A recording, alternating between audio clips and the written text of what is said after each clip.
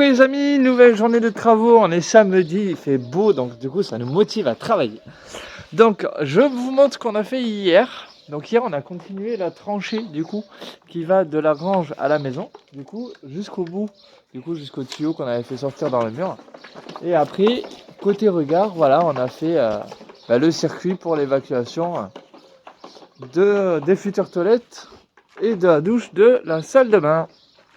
Donc voilà, au programme d'aujourd'hui, on repart dans la maison. On va évacuer la dernière partie. Alors là, excusez-moi, ça va résonner.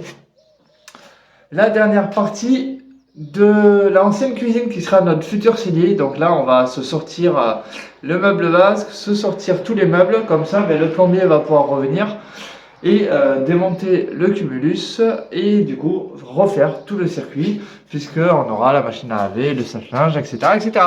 C'est parti!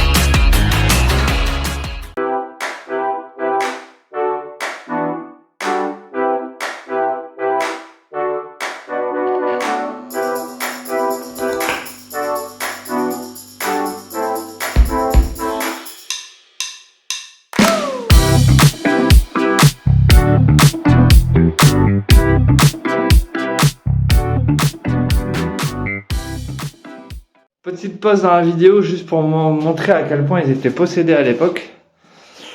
Ce petit morceau de passe-plat qu'il y avait ici était carrément scellé avec des ferrailles dans le mur. Donc autant vous dire que forcément ça allait pas bouger quoi.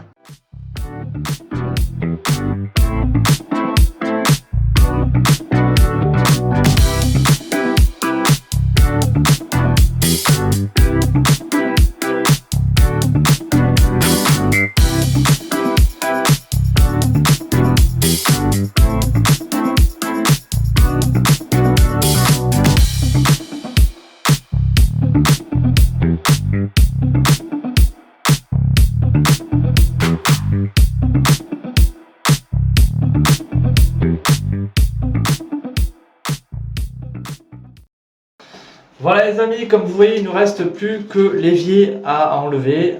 Le problème c'est que en fait, le robinet est scellé au circuit en eau. Mais on n'a pas le choix que de l'enlever parce que le circuit en eau est relié à l'appartement. On ne peut pas couper l'eau définitivement en attendant que le plombier arrive. Donc du coup, on va rajouter des raccords qui vont nous permettre d'y mettre des bouchons. Et ces raccords, ils ressemblent à ceci. Voilà, donc je ne sais pas si vous les connaissez, c'est des raccords qui permettent de mettre sur les tubes en cuivre et de l'autre côté de mettre soit du PER, soit des bouchons. Donc nous, ça va être le cas des bouchons. Donc l'utilisation, elle est très simple. Hop, vous dévissez la collerette. La collerette, vous la mettez dans le tube. Jusque là, tout va bien. À l'intérieur, ce qu'on ne voit pas forcément, c'est qu'il y a une petite olive. Cette olive, en fait, va faire la compression entre l'embout et la petite baguette.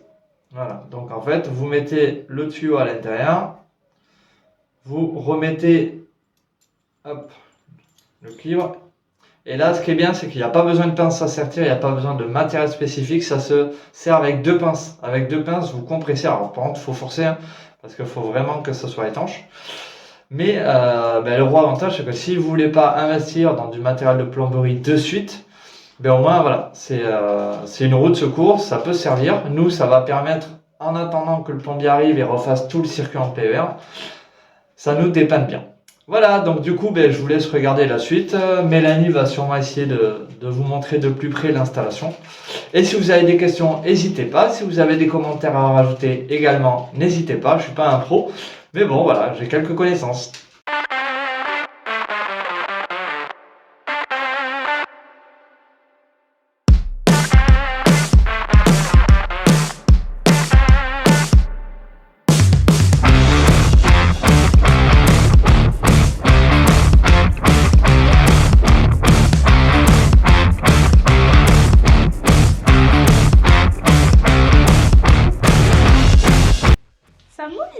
Un peu. Ici, c'est tout froid. Oh, petit chou.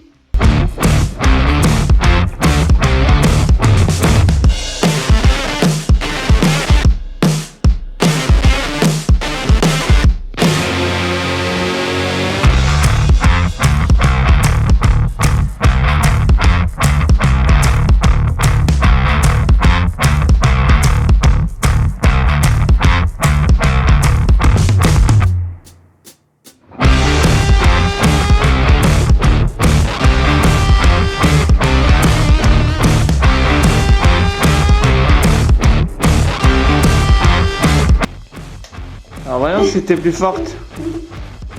En bataille pour ouvrir la boîte à joints.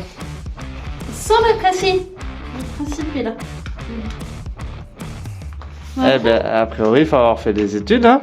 Ah, c'est les petits trucs là qu'il faut pousser. Alors, Championne. voilà.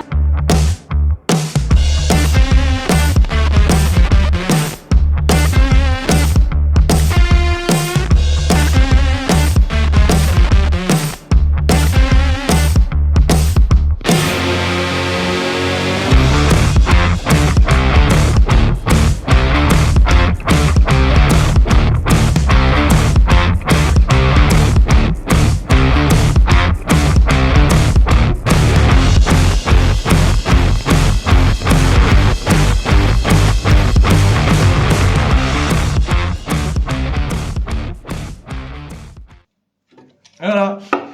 Moment de vérité. Tan, tada, On va ouvrir l'eau. tada, tada. Je laisse filmer au cas où. Pas trop, mais bon, on dira oui. Ah, mais le résultat est là. Aucune fuite à déplorer pour le moment. C'est gagné! C'est gagné! C'est gagné! We did it! Ouais!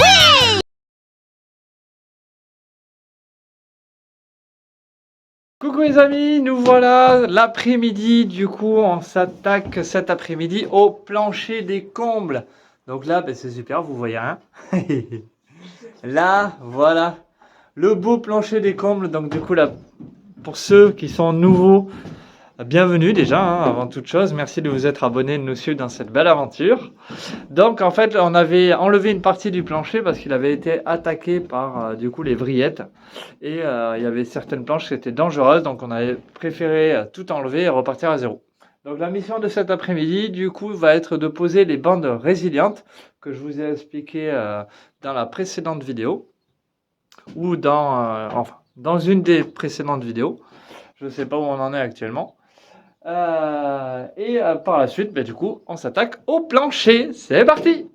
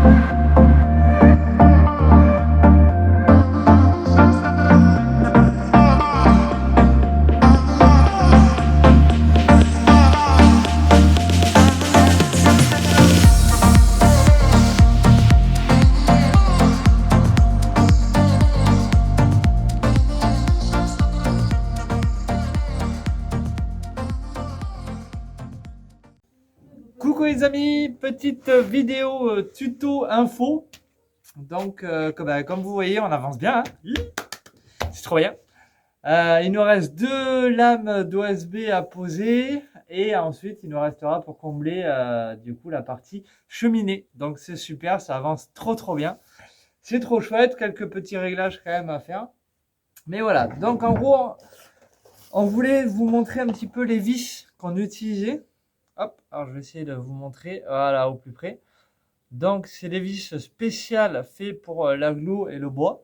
L'avantage qu'elles ont, c'est que du coup, en fait, elles ont une partie striée et une partie plate. Et en fait, le fait d'avoir cette partie plate, ça permet vraiment de venir plaquer l'OSB au maximum sur les solives. Donc ça, c'est bien parce que ça permet du coup aux solives de remonter, de vraiment se solidifier avec le plancher. Donc ça, c'est l'avantage. C'est la marque Spax qui fait ça. Donc voilà, je vous la présente plus normalement. Elle est ultra connue dans le milieu. Donc voilà, donc c'est des modèles 5 par 70. Après, il y a plusieurs tailles, mais nous, c'était adapté, du coup, c'était nickel, hein. Que dire de plus? Que dire de plus? Si, autre chose, quand vous posez le plancher OSB, ça peut vous arriver. Nous, ça nous est arrivé 2 fois pour le coup. Quand vous voyez que la rainure ne rentre pas entièrement, c'est pas que votre OSB est pas bien ou que la rainure est pas assez profonde, c'est en fait qu'il faut la retourner. En fait, c'est comme les lames de parquet. Il y a une partie plus épaisse et une partie plus fine. Et donc en fait, si vous ne mettez pas dans le bon sens, du coup, vous ne pouvez pas rentrer l'une dans l'autre. Et donc nous, ça fait 2 fois qu'on s'est fait avoir.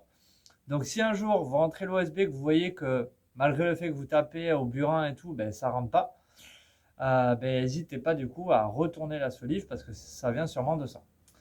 Voilà, sinon, que dire de plus? Pas grand chose, tout se passe bien. Allez, c'est parti, on continue.